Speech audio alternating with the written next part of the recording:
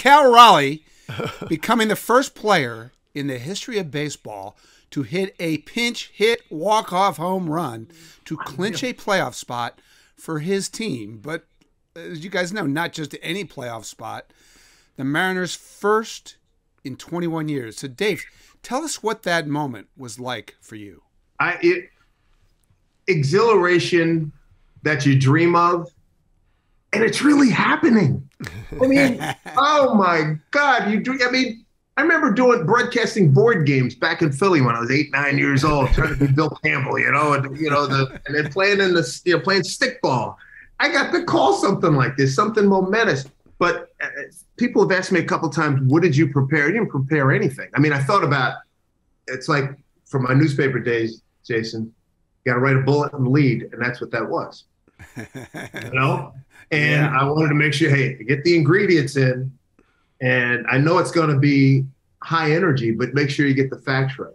And a couple of lines there, the dream lives, they're going to the playoffs, the drought is over. I mean, I summed it up. And thankfully, I didn't script anything. It wasn't going to be something Francis Ford Coppola or anything like that. But you wanted to make sure you touched the elements. And somebody told me you were raised right, and I was trained right. So came out well. Yeah, I was thinking, you've been calling games in every sport for a long time, but you'd never had a chance to do that, right? Be on the mic as a team you covered, did something like that? Yeah, and that's an excellent point. When I did my NFL days, I did 18, 19 years on Westwood One, and I did NFC and AFC championship games. I did NCAA tournament games, teams that would win their Elite 8 game to get to the Final Four. But like I said, when Felix threw his perfecto back in 2012, August 15th of 2012, it was my team. It was the team I work for. Guys I'm friendly with, that I have a business, friendly/business relationship with, an organization we're paid from the same trough. And, these are my guys. This is my team. This is my region, and let it fly, man. Yeah. And guys like you become the soundtracks for those moments.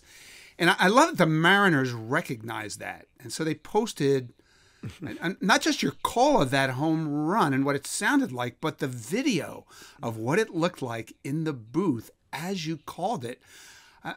Have you watched that video? And have you thought about how the call and even that video could resonate through the years in Seattle? We started that last year they put a little GoPro in front of us. Tim Walsh and his crew. He came in, social media director, came in from the Mets, a Long Island guy. And when we were making a run late last year in that last week, 10 days, knowing, what was at stake to end the drought, he wanted to document that forever. And what better way to do that than to have a GoPro recorded? So they had one on radio, they had it on TV. So when I'm on radio, I switch back and forth with Rick Riz. On TV, it's on me. And I'm still getting reaction from last year, the Haniger 2-run single to take the lead against the Angels in game 161 to keep us alive going into Sunday, and then the game was over in the first inning, but that's a whole other story. So they come back and do it again this year once it looked like that this could happen. And the reaction on Twitter, especially Twitter, but all social media, has been phenomenal from obviously people who are Mariner fans who I'm getting these, I waited all my life for this. You're the voice of a generation. It's been amazing. It's been mind blowing. It really has been.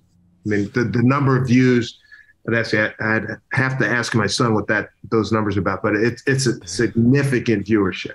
Wow. Yeah. Well, Dave, I mean, you also embrace a city. There's something always cultural about working somewhere, playing somewhere for many years. Can you talk about how Seattle as a culture is kind of fused into this team and then this particular moment? Yeah, it was Data Song. Remember at the end of the TV show Lassie, and Lassie would go, that's how people were like begging, we want a winner. We want to get to the playoffs. We want to do something significant. We want to go deep. And this is a region just starved for that. I mean, they had a nice run, 95 to like a 102. and then been a lot of hit or miss, and more miss than hit, to be honest with you. Since I've been here, let's see, last year 21 was close, 18 was close, 16 was close, 14 had a run, and 07, but the years I left out, yeah, those numbers don't bear repeating. So to have this and have that release the way it was on Friday night, people are buzzing. I mean, I come in the elevator, come into the apartment in the elevator, and people are, hey, how are you? It just reverberates all through. And, I turn on the TV and anchor people who probably don't know baseball from football, and they're going, hey, how about those Mariners? Hey, everybody's, all of a sudden everybody's got Mariner fever, which is good. I'm not knocking it, but it's just so funny. I mean, if it's not going well, a segment, they don't even want to know you exist. But, you got your hardcore fans, they have multiplied significantly. The scene in the ballpark Friday, the emotion in the park. This is one of my favorite things about being at a ballpark when something like that happens is people don't want to leave. They want to freeze that moment. They don't like, if they leave, they start to lose that feeling. So they just want to stay. How long were people there that night? Let's see, the game, I don't remember what the TOG was, but it was not that long a game. So I finished on TV, went over to radio, and just was like, whoa, look at this. And the guys had already been inside, and we had a live camera inside, so we saw when they opened up the bottles, they said, hey, you ready? And all of a sudden, just champagne all over the place. And, a lot of these guys, they were working on empty stomachs. So guys were getting hammered. It was great. So the scat service comes out, and the fan, like you said, Jayson, nobody left. And then at that 10, 15 minutes left. So 10, 15 minutes, that's a long time to stand there, right? So here come the guys. And a roar, jet engine kind of roar. And then Scott Service took the mic and said, hey, we couldn't do it without you. But right now, let's party. It's nuts. I was like, oh, this is so cool. This is a moment that people have waited for. This is a moment that people, they're going to be telling their grandkids. I mean, that's some of the stuff that people have been tweeting to me about.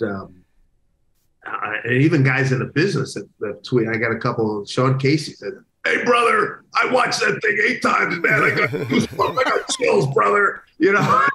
So I get a lot of that from guys in the business, too, which is really cool. Yeah, let's dig into this for a second. I talk about this all the time. When teams do what the Mariners just did, what they're doing, it's not just a sports experience. It's a life experience for thousands of people, maybe millions of people. When you think about 2 decades of not seeing a postseason game, we know we're from Philadelphia. It takes its toll on the psyche of real human beings, like in real life. So do you think you can put into words what you think this team and these postseason games will mean to Seattle? Well, they will have a memory etched in their soul, like the nightmare. Like, it was interesting coming into the last 3 weeks when we were coming out of stretch, and you guys are in, and guys around the country calling, hey, congratulations. I said, dude, we'll be in when we're in. I was 11 in 1964, 6.5 with 12 to play. Does that ring a bell? Until we clinch, that's that I'm holding out, and then I'll go nuts. And I think now that they've gotten over that hump, I think people are gonna remember pretty much every detail in that game. And obviously Cal never has to buy a drink in this town again, ever. Cal Raleigh, and he had a great season, 26 home runs, and still got 4 games to play.